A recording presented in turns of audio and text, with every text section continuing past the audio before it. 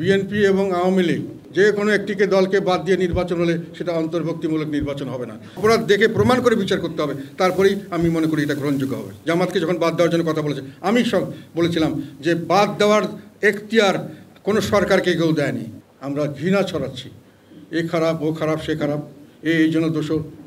সবাই তো এক প্ল্যাটফর্মে এসেছিলেন, সবাইকে এক করে নেন, বুকে টেনে নেন, দেশকে সামনে নিয়ে যান, দেশের কাছে ভোট চান, ভোটে আপনি জড়িয়ে হবেন। আপনি কী ধরনের রাষ্ট্র গঠন করতে চান, কী ধরনের করতে চান, ভোটে জনগণ আপনাকে দিলে আপনি করবেন, কোনো অসুবিধা নেই। এখন সামনের দিকে নির্বাচন যখন হবে, যদি নির্বাচন অন্তর্ভুক্তিমূলক না হয়, সব দল পার্টিসিপেট না করে, তাহলে এটা আইনগতভাবে বৈধ হতে পারে, কিন্তু সেই একই জিনিস হবে। এবং সেটা যদি দলীয় প্রভাবমুক্ত না হতে পারে, তাহলে আওয়ামী লীগের আমলে যে নির্বাচন হয়েছে সেই নির্বাচন তো আবার হবে।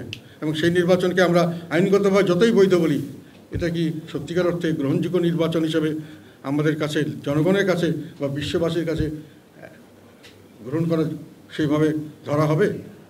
যদি না ধরা হয় কী হবে? তাহলে কি দেশ এইভাবেই চলবে? এবং যাদেরকে আপনি বাদ দিয়ে রাখতে চাচ্ছেন, অনেকে বলছে ঐক্যের ডাক দিচ্ছেন।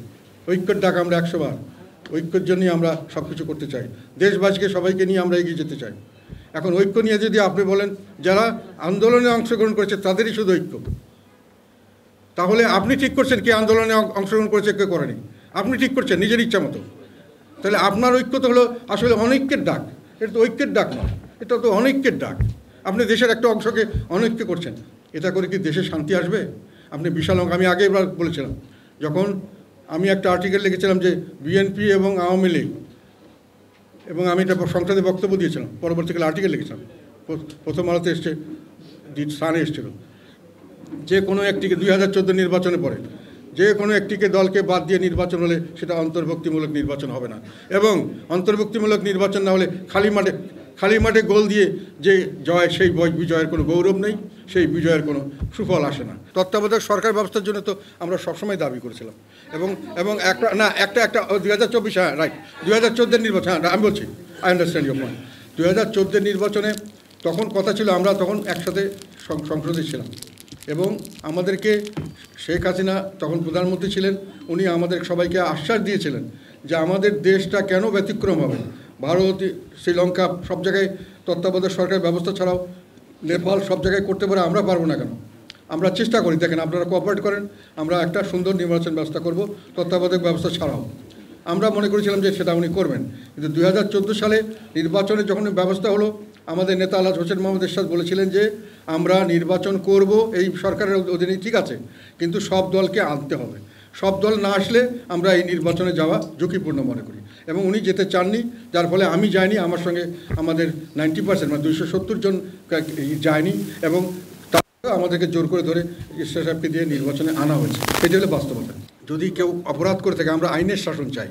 আইনের শাসন অর্থ হলো যে দুষ্টের দমন এবং শিষ্টের পালন, যেই করবে তবে বিচার করে করতে হবে, অবিচার করে নয়, হুইমসিক্যালি নয়।